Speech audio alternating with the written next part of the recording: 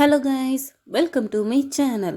இன்றைக்கு நம்ம வீடியோவில் எல்லாருக்கும் ஃபேவரேட்டான ஸ்வீட் ரெசிபி அக்காரவடிசல் எப்படி பண்ணுறதுன்னு பார்க்கலாம்.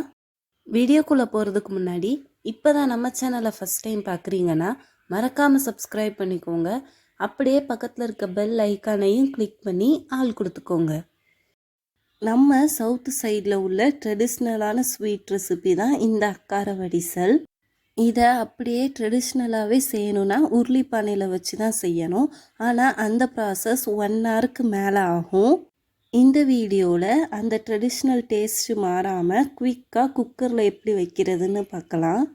அக்காரவடிசல் செய்ய தேவையான இன்க்ரீடியன்ட்ஸ்: பால் 1/2 லிட்டர், பச்சரிசி 100, பாசிப்பருப்பு 50 கிராம், மைதா 50 கிராம், நெய் 50 கிராம், வெல்லம் 400 கிராம், முந்திரி 20 கிராம், திராட்சை 10 கிராம், ஏலக்காய் பொடி 1 டீஸ்பூன்.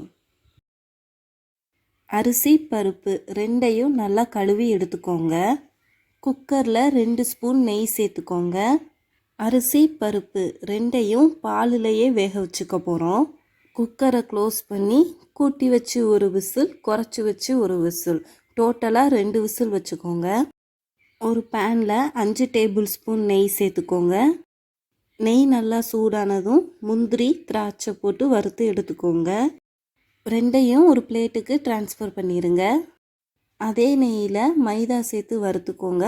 மைதா லைட் ப்ரௌன் கலரில் சேஞ்ச் ஆகணும். 2 விசில் வந்துருச்சு. ப்ரெஷர் நல்லா போயிருக்கு. ஓப்பன் பண்ணி பார்க்கலாம். இதே சூட்டோட சக்கரை பொங்கலுக்கு மசிக்கிற மாதிரி நல்லா மசிச்சுக்கோங்க.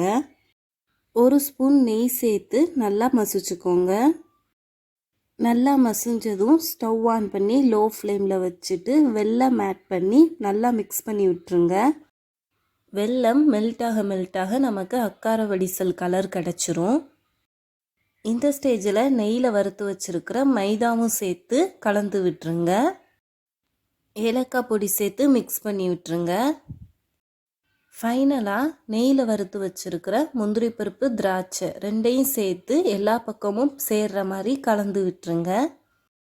மிச்சம் எவ்வளோ நெய் இருக்கோ அவ்வளோத்தையும் தாராளமாக சேர்த்து மிக்ஸ் பண்ணி விட்டுட்டு ஸ்டவ் ஆஃப் பண்ணிடுங்க. ஆண்டாள் திருக்கல்யாணம், முருகன் திருக்கல்யாணம் பங்குனி உத்திரத்தில் நடக்கும். அன்னைக்கு இந்த அக்காரவடிசலை நெய்வேத்தியமாக வீட்டில் செய்யலாம். கம்மிங் April 5 பஞ்சமி உத்திரம் வருது. அன்னைக்கு கூட இந்த அக்காரவடிசலை வீட்டில் ட்ரை பண்ணி பாருங்கள்.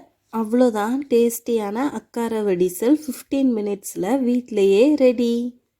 வீடியோ பிடிச்சிருந்தா மறக்காமல் லைக் பண்ணுங்கள், ஷேர் பண்ணுங்கள், சப்ஸ்கிரைப் பண்ணுங்கள். தேங்க்யூ.